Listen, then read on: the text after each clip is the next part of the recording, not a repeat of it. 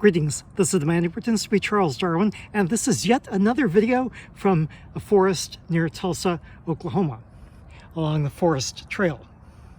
This is a beautiful little plant right here known as Rhus aromatica, the aromatic sumac. And it's closely related to poison ivy. You can tell it's not poison ivy because a botanist is touching the leaf, but also poison ivy has a stalk right here on the middle leaf, whereas fragrant sumac does not. There's quite a bit of it growing right here. And you'd probably be able to come up with a good adaptive story or just so story about how this plant does so well on the forest floor. For instance, you might be able to study the photosynthesis of it and find that the photosynthesis allows the plant to do quite well under low light conditions, but it does not have the capacity to photosynthesize to a very great extent in high light. So it's adapted to low light conditions. Okay, there's a similar plant known as Solanum dulcamara that was studied by Eckhard Gall in the early 1980s. And what he showed is that a certain ecotype of Solanum dulcamara that grew in the shade actually had what he considered to be photosynthesis that was well adapted to shade conditions. In particular, it had a lower rate of maximum photosynthesis than did other ecotypes that grew out in the sun.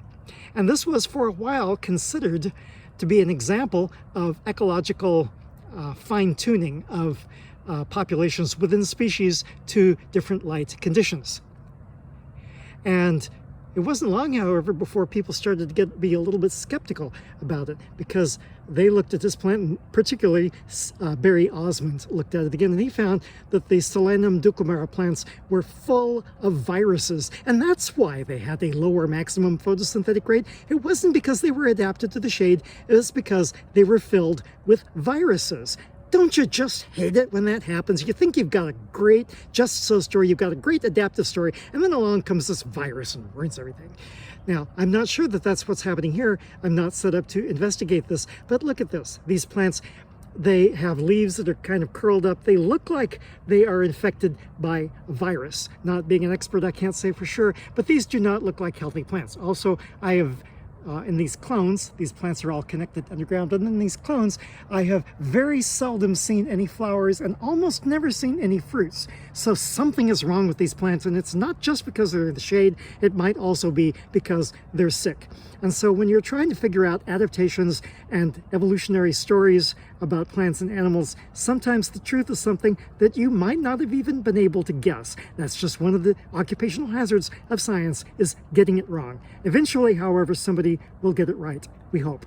This is Charles Darwin, tally ho, and amen.